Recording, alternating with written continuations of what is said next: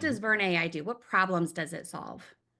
Well, and wherever a human and computer meet is a use case for Vern, because computers unfortunately cannot understand emotions. They weren't evolved along with us to understand the language, the vocal clues, all of the extra subtext, so that somebody's got to teach them.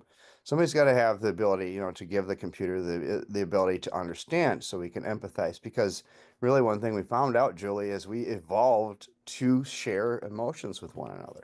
That's one of the biggest parts, what we found in the brain is that this thing called the prediction error. When we notice something that's novel, new, or unique, we get a little dopamine reward.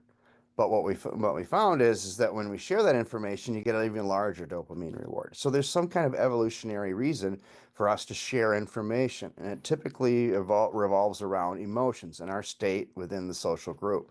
So Vern detects the emotions as they come in, much like a human would, and then ranks it from 0 to 100 on all of the emotions we detect: anger, sadness, fear, and love and joy, and can give the practitioner a very good idea of what they're upset about, how upset they are, and the tenor and tone of the entire conversation. So instead of positive or negative, where you're really left with, well, that's great, but now what? You actually have the now what, and the point where it's in real time. So well, you can have an AI like a chatbot or virtual assistant take action on it.